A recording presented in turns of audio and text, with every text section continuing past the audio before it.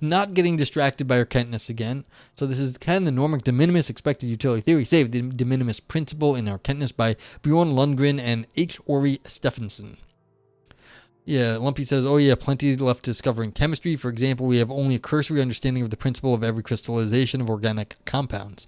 With a deeper understanding, every commodity would be cheaper. Yeah, this is like, and Lumpy was saying a story a while back where there was, known processes for making stuff, but it was like this known process from like the 1800s, which is like dangerous and stupid. And it's like, all right, we only know how to do this a dangerous and stupid way. Can we do this in a not dangerous and not stupid way? It's like, yeah, we have tried to do this before, but it's just not a good way to do it. You thought of that as a problem of physics? A lot of stuff is covered by chemistry. Yeah. The line, yeah, exactly. Sensimiacs. Lines are fuzzy, but this is what we deal with in chemistry. And there's other things that are like clearly chemistry that we were always working on. All right. So, introduction. Recently, Smith defended a view he called Normic de minimis expected utility theory. So, induced. We've got induced theory. Indue theory.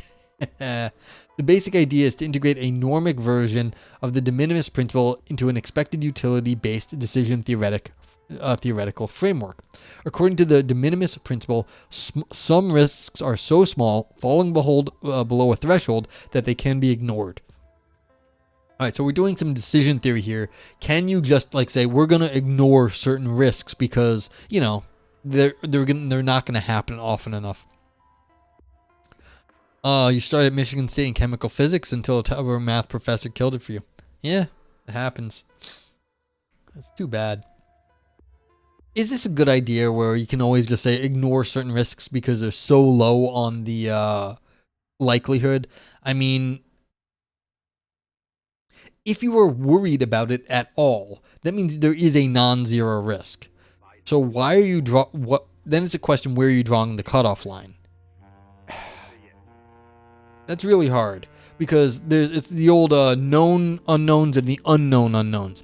There's going to be a lot of stuff you don't know, especially that happen at a low percentage. So when you're saying I'm going to ignore certain things at a low percentage, you're ignoring all the things you know about and all the things you don't know about.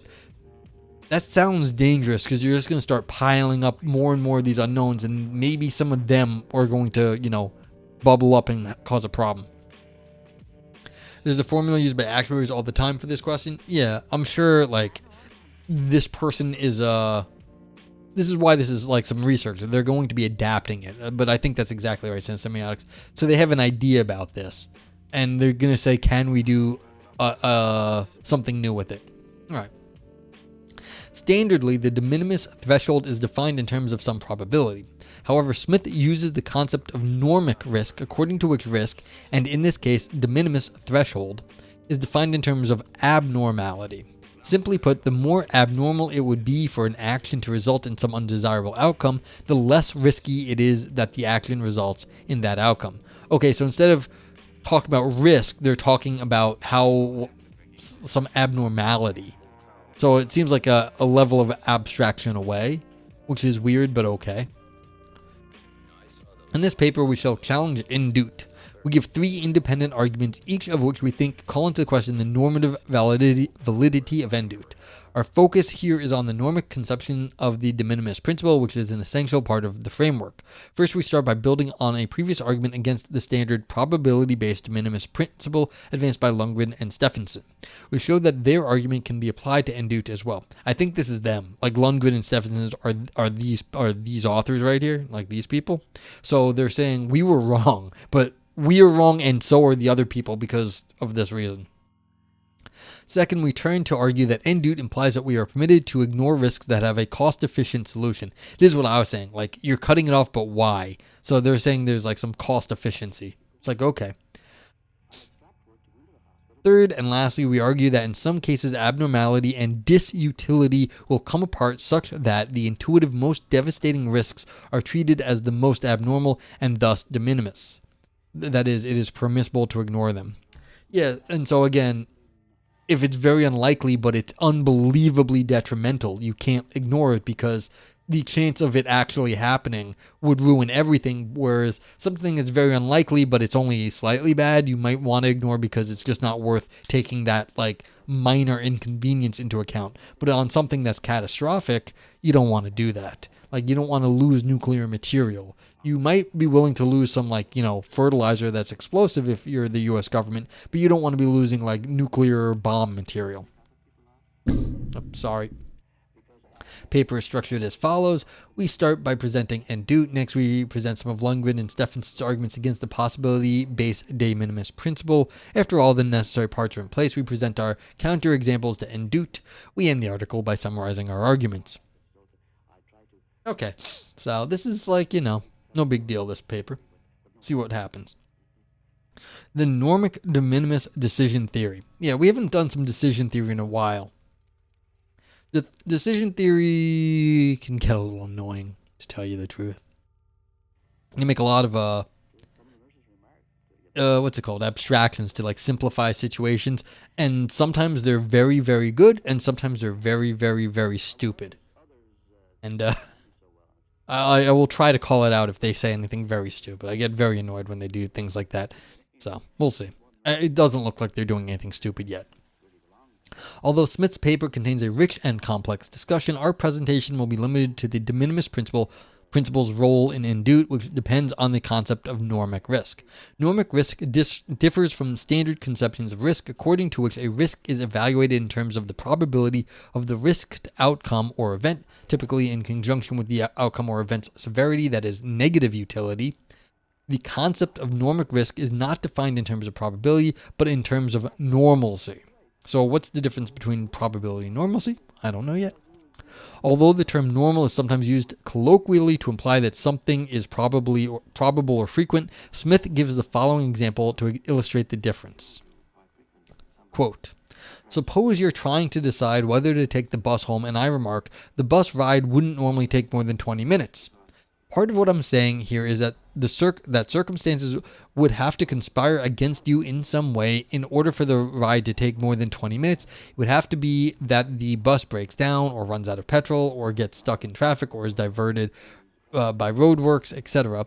But absent any of these interfering factors, the trip would take 20 minutes or shorter. Put differently, if you get on the bus and the trip ends up taking longer than 20 minutes, there would have to be some special explanation as to how this happened. In contrast, if your opponent in a poker game happened to be dealt a hand that beats your three of a kind, then, while you may think yourself unlucky, no special explanation is needed for this. When we say that a given outcome would be abnormal, what we are sometimes claiming is that there would have to be some special explanation if it were to result from the action in question. It is this notion of abnormality that is appealed to in the normic account of risk. What the fuck? Like, I can see why they're criticizing this. Who gets to classify what counts as abnormal and normal? I'm in New York. Accidents and people driving like assholes are very fucking normal. It was really annoying today when I was driving to work. Like, really fucking annoying, because people were, like, a cop. I just got on the road, and a fucking cop pulled someone over and they were completely blocking traffic. So the person pulls across the street into some business's driveway to get out of the street. The cop, on the other hand, turns around and blocks the entire street. And luckily, I didn't wait around to see what happens. You might consider that abnormal, but no, that particular thing is abnormal. That people were driving like assholes in New York is not abnormal. That is normal. So it's like, who gets to call what is abnormal here? Like, this doesn't actually make sense that you're rating things abnormal. No, that's just you giving a moral valence to some bullshit here. And this, I don't like this at all. It's like, oh, that's abnormal. No, the idea that there's going to be an accident on the road or that someone's driving like a dickhead and the bus has to there's a problem. Just you can classify that as abnormal, or you can classify that as normal variation in traffic conditions. This is the problem with a GPS around here. If you use your GPS or your maps or whatever mapping software, then I can guarantee you certain roads, it says this is the fastest way. It's not the fastest way because the GPS is only looking at current road conditions. The certain roads, they change road conditions so fast, and as soon as the road condition changes so fast, it backs up for like 20 minutes, and people drive like assholes here. So even though it's clear now, the risk of anything happening on that road that would be considered abnormal in terms of the GPS is normal. It happens all the damn time, and then you end up sitting for 20 minutes, and then you're, taking longer going by that route. But see, the GPS is doing this exact assumption. They think road conditions are normal without people driving like dicks. Congratulations, you're in New York. People drive like dicks. It is the way things are. You can't just be like, oh, that's abnormal. This is bullshit. All right. I actually expect the authors agree with me on this. This is why they brought this quote up, because it makes it obvious that calling something abnormal doesn't fix the problem. Okay. Rant over. Moreover, the risk of a possible outcome is determined by its abnormality. More precisely, the risk that a particular outcome would result from an action given the agent's evidence depends on how abnormal it would be for the outcome to result from the action given the agent's evidence.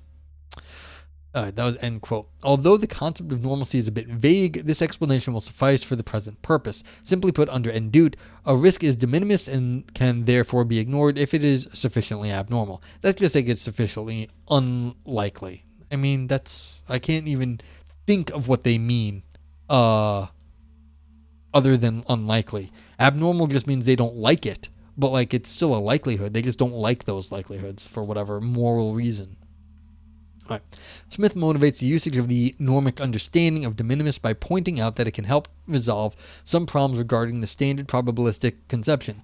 For example, suppose a de minimis threshold is 1 in 15,000 and that there is a 1 in 10,000 chance that there is asbestos in a house, which in turn depends on a 1 in 20,000 chance for each of 2 different types of asbestos.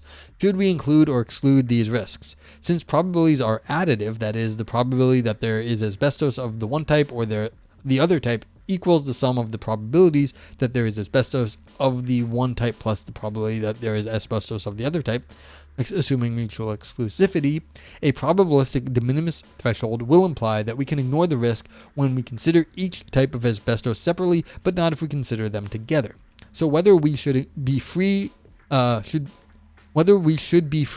ignore the risk or not depends on how we formulate the decision problem. Normalcy is not additive, however. There being asbestos of one or the other type in the house is just as abnormal as the occurrence of the type of asbestos that would be less abnormal. So the normic de minimis account will not imply that we can ignore the risk or not, depending on how we set up the decision problem. And that, as Smith points out, seems to count in favor of the normic de minimis account over the probabilistic one. Okay, so they're saying, look, you can combine stuff and then you should be able to combine these better because the ideas are that like certain like probabilities you can combine and other ones you can't, and so you can lump all the stuff together under this normic account, making it better. Okay, it just sounds like semantics to me. Right. However, while normic risk determines which outcomes have to be included in the calculation, Smith says that, quote, probabilistic risk continues to determine how each of the outcomes in an expected utility calculation is weighted. So, endute is not a complete departure from orthodox expected utility theory. Okay, so they're just combining the probabilities different. Fine, that's all that's happening here. Not a big deal then. Statewise dominance and the de minimis principle. And I think we're talking about dominance here in decision theory. We were talking about, I think Ivan was talking about Pascal's wager earlier tonight, and this is the dominance of like believing in God. You want to believe in God because it over dominates all the other options. So it dominates the not believing in God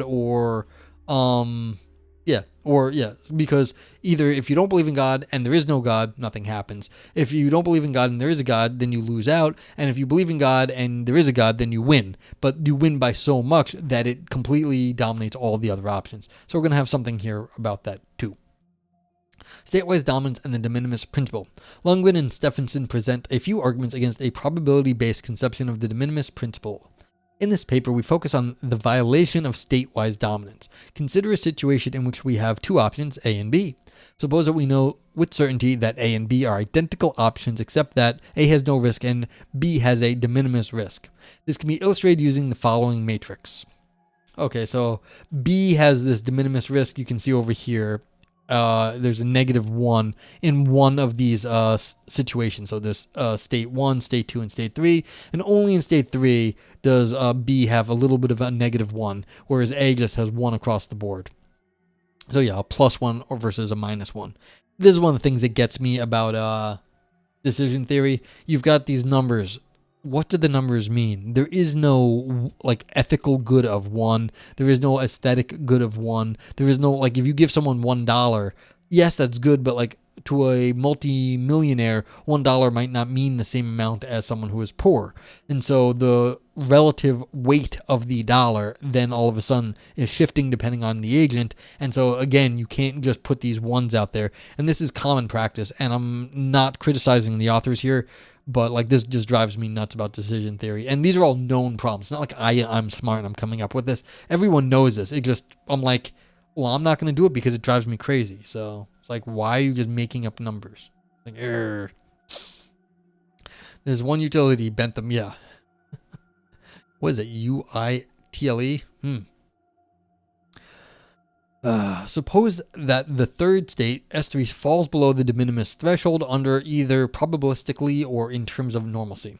Then, according to the proponents of the de minimis principle, A and B are equally good. However, A statewise dominates B, which suggests that they are not equally good. So we contend the de minimis principle cannot be part of a normatively valid decision procedure. Yeah, because if the de minimis procedure just says, yeah, this is negative, but it's really unlikely, so just ignore it. Well, why? I mean, why don't you just take the one where there is no risk, and as opposed to the one where there is risk? So it's like, that does seem like, okay, why take anything with risk, even if it's really, really, really, really small? If you have the other option available to you, don't take the one with any risk. Take the sure bet. To demonstrate that this problem can realistically arise, Lundgren and Stephenson present an example which we will build on below in our analysis of en doute, where a risk analyst is instructed to rank different types of paint to be used for a playground according to their health risks. Yeah, alright, we're going to be poisoning kids, hooray! As they note, given the limited criteria of evaluation, it seems plausible that one type of paint could increase the risk of cancer by some de minimis probability, and that the paints could otherwise be identical. Now, suppose that the paint causes cancer in children who have some extremely abnormal genetic condition. The original argument referred to a rare condition, but abnormality works just as well. Then S3 can be interpreted as a state where a child with this condition enters the playground in question. Thus, we have a realistic example where the de minimis principle, construed either in terms of probability or normality, violates statewide dominance. Yeah, so I mean, you don't need to have paint. Just think of someone with like a peanut allergy. And then you have like, oh, well, should we make our food in a place with peanuts? Well, the chances are there won't be any peanut getting into the food, but you don't know that for sure. It would be some very bad luck. It's like you could kill somebody with a peanut allergy. So it's like you don't even have to go to like some paint and rare cancer. It's like, don't make food for people who have allergies in a facility where you have like peanuts. It's bad. Lastly, as Lundgren and Stephenson point out, this example also shows that addressing the de minimis risks can sometimes be cost effective. Yeah, now you can just see in my example where you have a facility where they're making food, you might not want to have to go get a clean room and make everything separate in a separate kitchen. That costs money. So they say, for instance, if two types of paints are just as expensive and equally widely available, and moreover equivalent in all respects except that one involves a de minimis risk, then eliminating the de minimis risk would arguably be free. Again, this argument works just as well against a de minimis principle construed in terms of abnormality and against a probabilistic de minimis principle. You added an extra E. Sorry, utility can be measured in terms of utils. Oh yeah, utils. There was no standard of unit measuring utility, which a person derives from consumption of goods and service, so the economist came up with an imaginary measure called util. Yeah, I had forgotten that he had said that, and you can see I completely hate the idea. I absolutely hate the idea. It's one of my reasons I can't be a utilitarian is because I can't do a measurement of like the expected good. Like, I don't know what it means to like calculate the expected good because I have no basis for calculating because I don't know what a util like or whatever their like a measure of happiness is. Since I have no standard measure, I have no util. It's like I can't do a utility measurement. So it's like, oh yeah, just kind of think of what would be the best good for all the people. It's like, I don't know what the best good for all the people is. I can kind of, make people what I think makes people happy, but that's not a calculation at all of some sort of like mathematical adding up happiness. But like, yeah, so I've been unhappy with these terms for a long time. And it goes just the same against deontology. I don't know how to follow a rule. I don't know what their rules are and how you combine them. So it's all this combining things I don't quite understand. There is no easy way to, like, how do you follow a rule? What counts as being within a rule, without a rule? And then how do you, calculate the good? I don't know how to do that. But it's the same sort of adding up of, like, or sort of classifying things. I don't know how to do it. And I don't like it because I don't like those theories because I don't find it compelling to do that sort of thing. But okay. All right. Yeah. No gods, no masters, no categorical imperatives. There's an argument to be said that basically Kant was just trying to remake Christianity in a rational way. Like, can we just recapture his religion in these concepts? Yeah. Well, I mean, a lot of these people were religious, and they were basically giving Christian apologetics. So, yeah. And so it's like I have a lot of sympathy with our buddy Aris and the virtue ethicists, but I don't know what a virtue is in the end either, and so I'm just cynical. It's like, just don't be a dick. It's kind of a very negative theory that I go off of. Like, am I like screwing somebody over? Like, then don't do it. It's like, I've been screwed over before. I know what that is. All right. In response to a different problem, Smith says that NDOT will always allow us to set a threshold in such a way that this outcome will not count as a de minimis risk. See, look at that. It sounds arbitrary as hell. But whatever. So this, however, will not help address the problem we have raised. For whatever the threshold should be in the given case, let the normalcy of the cancer risk be lower. Yeah, so you can always just be like, okay, the level's here. Let's just put the level of the cancer right below it. Is that a good thing? You can always go just below the line and then say, well, why would you ever want the one that's going to give you cancer, even at that just below the level you care about? You don't want any cancer. So it's like, yeah.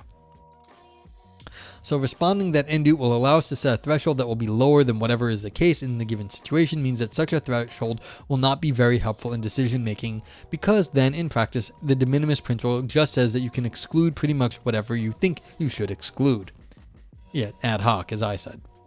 Of course, there are still some restrictions, since one cannot exclude possibilities that are at least as normal as possibilities that are included, or any maximally normal possibility. However, our point here is that the principle does not seem to help us to draw the line between what should be included in the decision problem and what should not be excluded. This is simply not an adequate decision theoretical framework for policy or risk analysis, we think, since it does not help the decision maker. Instead, problems have to be evaluated on a case-by-case basis, potentially making decisions more difficult and costly.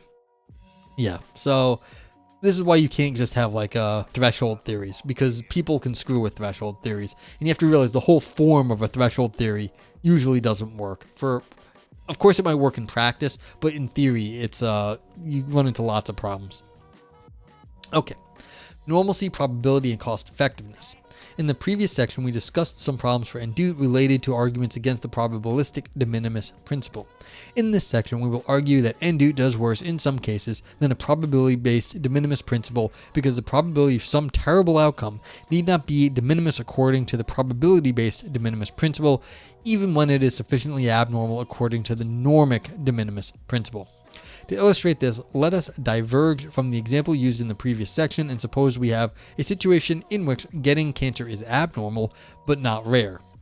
For example, it may require an abnormal but common precondition. Okay, so like smoking. So most smokers don't get cancer, but it's not rare that smokers get cancer. In such cases, NDOT allows the decision maker to ignore risks that we arguably should not ignore. Hence, applying NDOT may result in treating an option with a high probability of someone dying as having only a de minimis risk. Note that our point is not that we cannot choose to accept the risk, but that it should not be permissible to ignore the risks just because they are abnormal. If the stakes are high, then even abnormal risks should be considered, especially if they involve high probabilities.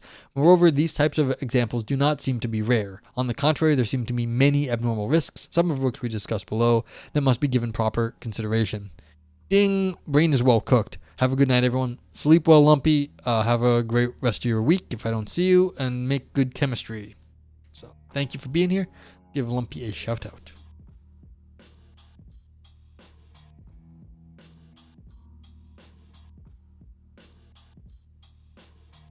Yeah.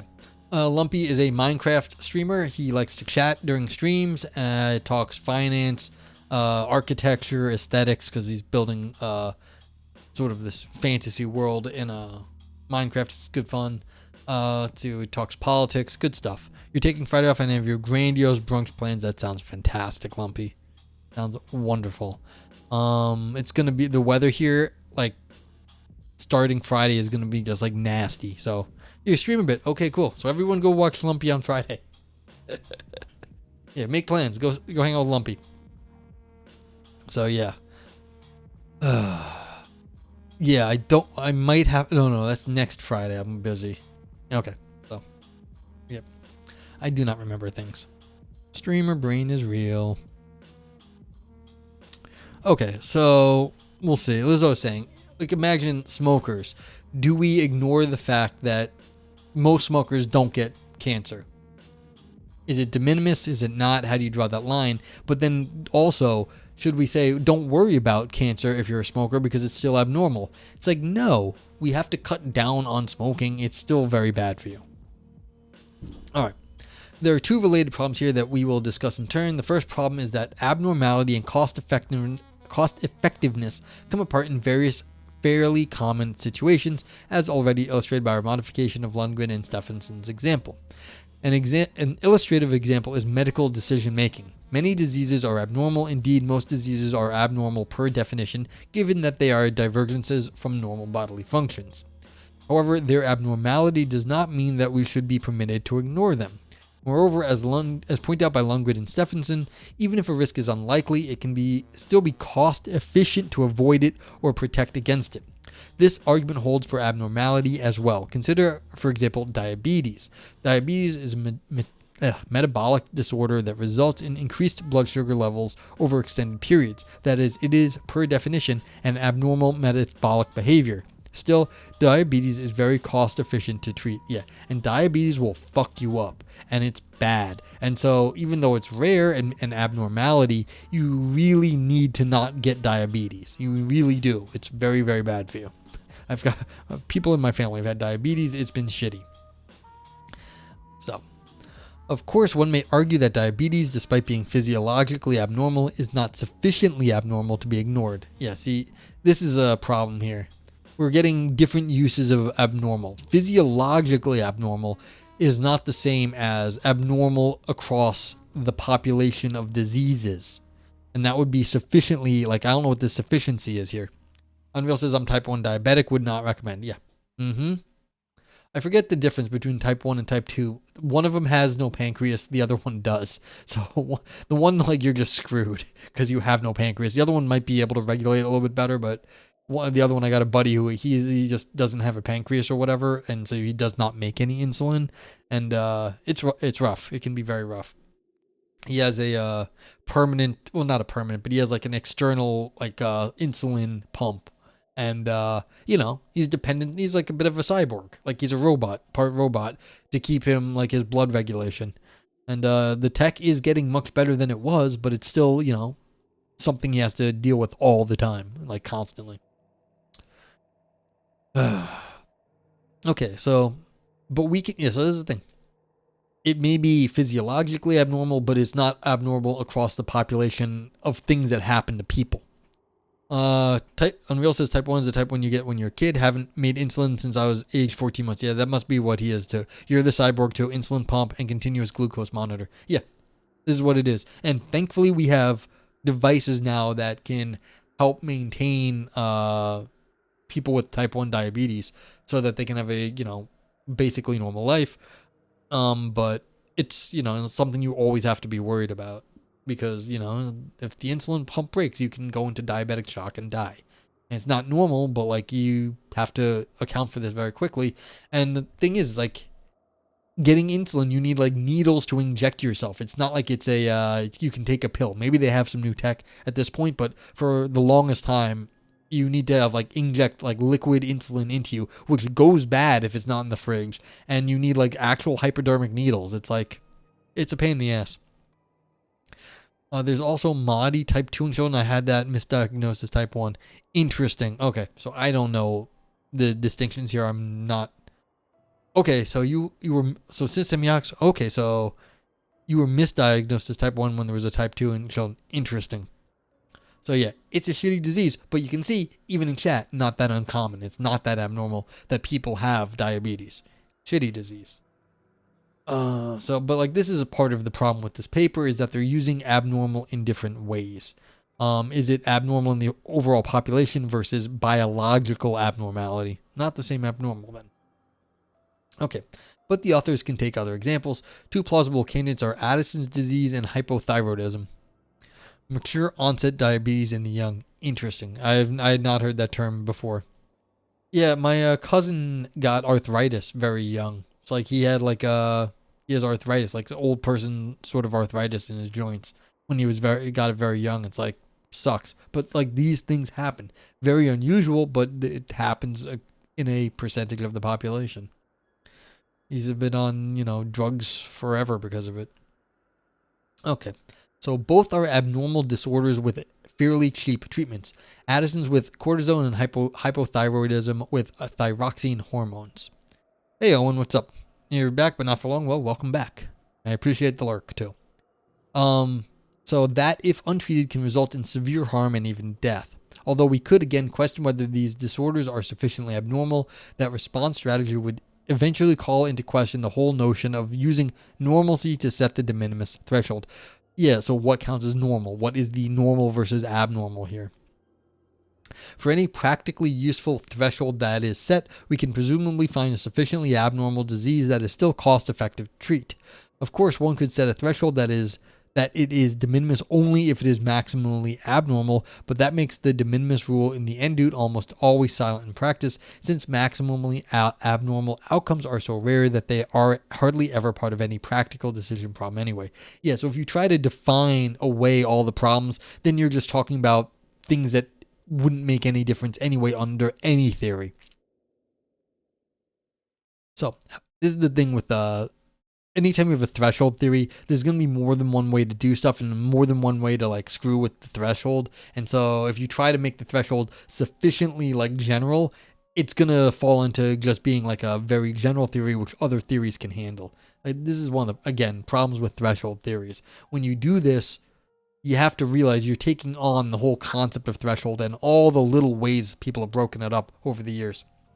Owen says off topic, but I'm going to start with building a robot. Very cool. From the movie Real Steel, and his name is Noisy Boy. And I would like my feedback. I'm currently in the sketching planning phase, and then after that I'm doing to model it. Yeah, if you are posting stuff on Discord somewhere, of course I have a Discord. Do I have clicky? I have a Discord. You can jump in that, or you can, if you're gonna post in like Prof Lars place or one of the other like Discords in the community, just shoot me a message and I'll check it out. Pictures are in Prof Discord's tech. Okay, yeah. So I'll take a look. Well, actually, send me a message later. I will not remember. Streamer brain, this will be gone in 30 seconds once I start reading again. But yeah, I'll take a look.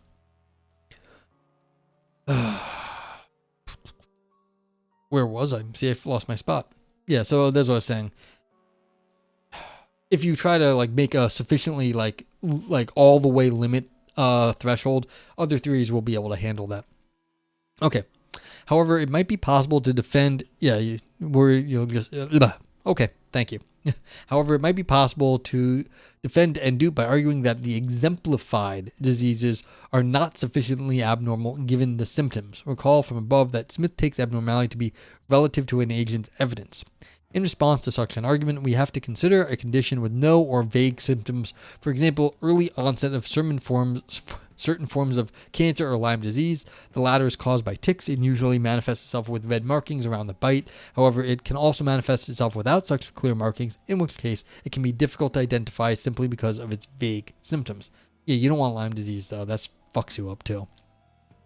In response to the cancer example, it could be argued, at least for some forms of cancer, that cancer is not abnormal because it occurs as a matter of random fluctuation. So in that sense, it is like losing or winning a lottery, neither of which is abnormal. And that is, neither of which calls for special explanation with no definition of what counts as special. Annoying. This goes to the very question of how we ought to understand the notion of abnormality.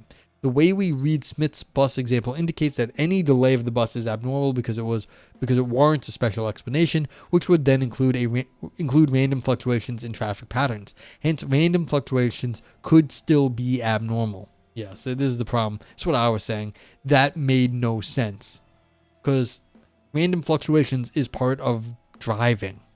You've got humans on the road and weather conditions and things break. It's like, that's not unusual. It happens all the time. Okay. Still, one may argue that a disease is not sufficiently abnormal given certain types of previous events, such as a lifetime of smoking or getting a tick bite. Yeah, okay, cool. Thank you for the lurk. Being bitten by a tick might work like entering a Lyme lottery. Similarly, smoking be like entering a cancer lottery. While that would avoid the above criticisms of the Normic de minimis principle, it would also suggest that Normic risk does not track decision-relevant risk appropriately, since all outcomes in lotteries are equally normal. By contrast, getting bitten by a tick, say, causes risk, from discomfort to TBE and Lyme disease, that vary both in terms of probability and severity. Moreover, that does not resolve all of the outstanding problems, since there will be at least some diseases that cannot be considered to function like lotteries. That is, will be abnormal in the sense of demanding an explanation. But yeah, which ones are those? Like super rare ones? Like, hey Vipers, what fresh hell is this? We're talking about like how to measure risk at like the limits. How you doing? So like, when can you just ignore risky things? Like, how rare does a disease have to be like, yeah, we're not going to care about that? So it's a decision theory paper. And I'm saying these people are criticizing someone else. It should have been obvious from the get-go that the other people are just wrong. Like, they're just saying, we think some things are abnormal and some are normal, but what they count as abnormal is just what they dislike, and it's ad hoc, and it's stupid. Okay. The second problem is that abnormality can also come apart from probability and disutility in various fairly common situations. That is, the Normic conception of risk does not seem to be able to capture the notion of a de minimis, understood as that which is sufficiently insignificant to be ignored. Sounds like bullshit to you? Well, this is criticizing some bullshit, so it's okay. But again, what's the positive account here? The positive account is just to say, well, you have to go figure out what the probabilities are and then figure out the total probability and what risk you're willing to take on, which is okay, but it's not saying a whole lot. An illustrative set of examples are natural risks, such as accidents or pandemics, all of which seem to be abnormal per definition. Of course, COVID-19 illustrates how a risk that was abnormal when it happened has since then become normal, which again illustrates the problem that Normic risk does not appropriately track the decision-relevant notion of risk. Yeah, again, what you think is abnormal is only abnormal because you think so. There's nothing fundamental there. Indeed, for some other of these examples, it seems that increased abnormality tracks increased disutility rather than the other way around. One illustrative example is that of radon. Radon is a radioactive gas which exists naturally in varied amounts in different geographical locations. Radon can also exist in building materials. In particular, concrete made from material from geographic locations with high amounts of uranium can result in buildings with an increased level of radon. This is a problem I think around here, at least in the United States I've heard of this, where people like basically have to get their basements sealed because there's like radon gas being emitted. The Normic conception of risk prima facie seems to correctly track the disutility and risks involved in some cases. For example, when radon is normal, that is naturally occurring, it is correctly identified as a risk that is not de minimis. However, even in geographical locations where radon is normal, the occurrence of extreme levels of radon would be abnormal. Even more so if there is an extreme exposure of radon in a geographical location where radon is not normally present. The problem is that extremely high levels of radon are more severe than more normal levels, so the normic risk conception does not track disutility in a way that is proper for a decision-making framework. Yet this is what happens when you make concrete in your foundation that has this stuff. The radon builds up in your basement, and if you go hang out in your basement, then you die. And so it's an unusual situation, but it's like this does happen. Viper says normativity shifts based on our decisions against a risk-reward ratio. When cars first appeared on the roads, there was an outcry due to the risk of pedestrian fatalities. Now cars are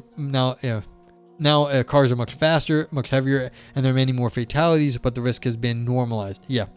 And this is the problem. The people who were saying things were abnormal literally were just tracking, this is what you're talking about,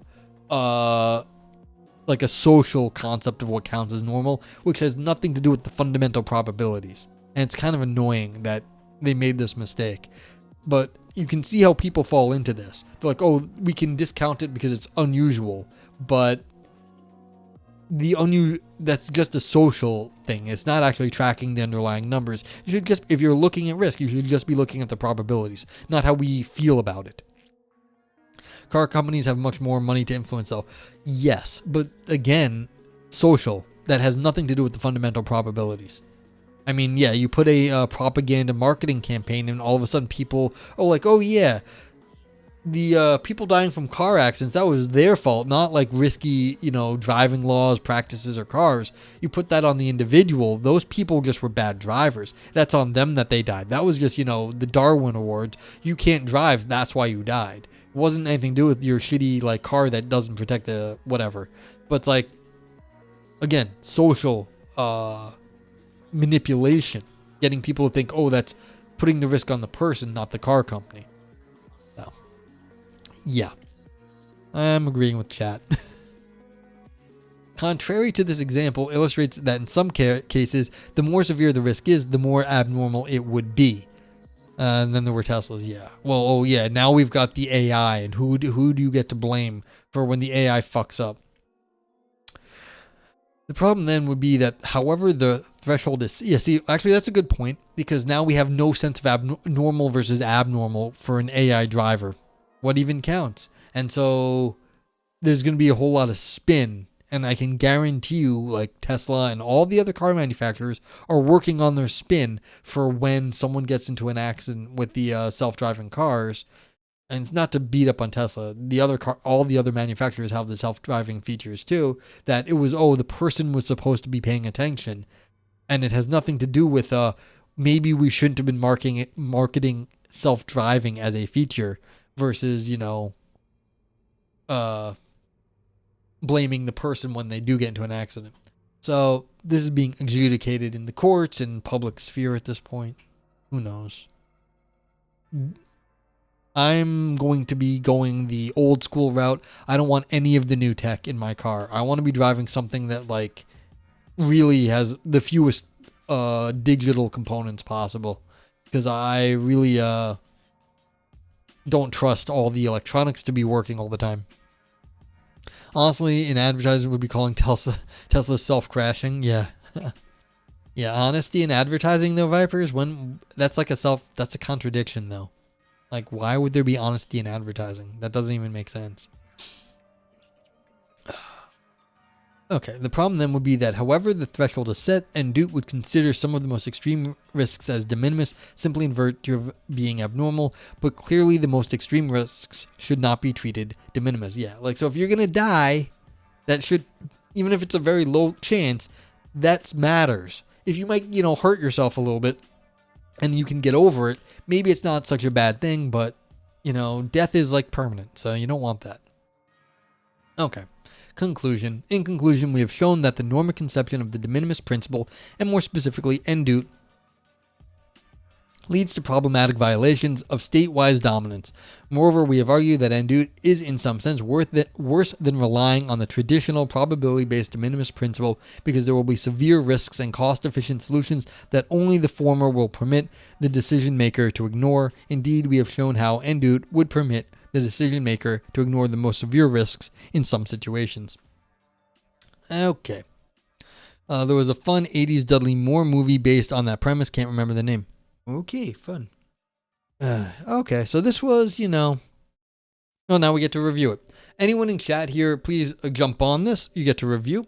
These are the review criteria over here. You write it in. If you don't see the emotes in chat, just look on below me here.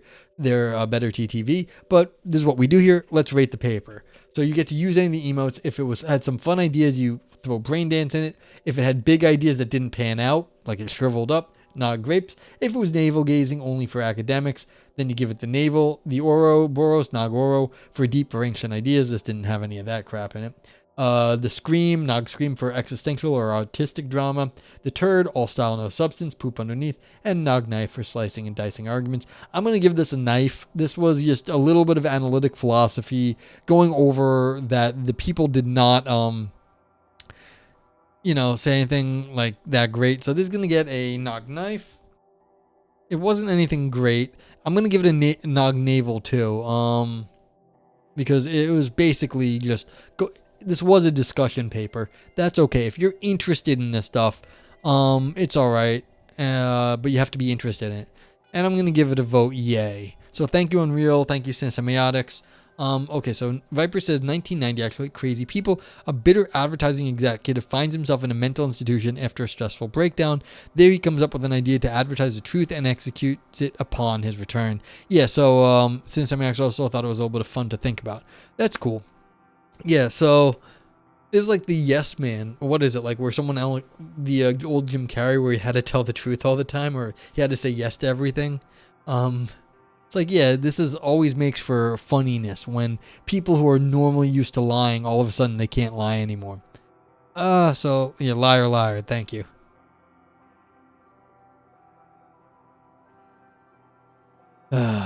So this was okay. One of the things I did like about this and why they got the authors got the knife for me, they really laid out their argument well. They had a little graph here. I don't know if you can see it behind the review, but they showed that they dominated the theory. Once you put a picture like this on it, where you can say, okay, here are all the options, and then this one you might lose a little bit. But it's like, why would you ever choose the one that has any probability of losing? You just always pick the option that doesn't have any probability of losing anything. Even if it's really, really small, it's stupid to choose the one that has a chance of losing you money. You only pick the one, especially when there's an option that doesn't lose you money. Just don't do it. And so it's like, that's the problem here. If you're trying to find a way to say, well, you can ignore certain things, it's like, well, you never take the one where there's even any chance of risking your money or health or whatever it is. Anything of value. So, and then where do you draw the line? They could have used another little picture of where to draw the line. Because like this was they were arguing against the threshold theory. They could have had a little picture. Like no matter where you put the threshold, you could always put something just underneath it. And that would be like, well, why would you want anything that's bad when you could just not deal with that? Viper says, yeah, thank you for the rating, Tindarius. Viper says, in Crazy People, it was just disillusioned, decided to tell the truth, and the public loved it. Even though he was criticizing the product, it was actually quite prescient, given the authenticity became a major advertising tactic in the 2010s. Yeah, like going against the trend, the bucking the trend, yeah, it does work. What was that? Jerry Maguire, also. The old Tom Cruise movie, where he's going to tell the truth about, like, his, you take care of people, not just, like, selling people in the sports arena. Kind of a similar vibe I'm getting. So, yeah. Telling the truth does work, but not always. Like, depending what you're trying to do. If you're trying to sell something, you can't always tell all the truth all the time. You have to make your presentation, and then people find out the details later. But, it's like, if everyone got the ugly truth, then, you wouldn't look good all the time. You would not put your best foot forward all the time. Like, you do have to marketing, selected truths sometimes you're putting forward. Okay, so this was nice. I thought they laid everything else nicely in this paper. Like I said, it was response paper, not doing anything too deep in my opinion, but sure, it was not bad. Not bad.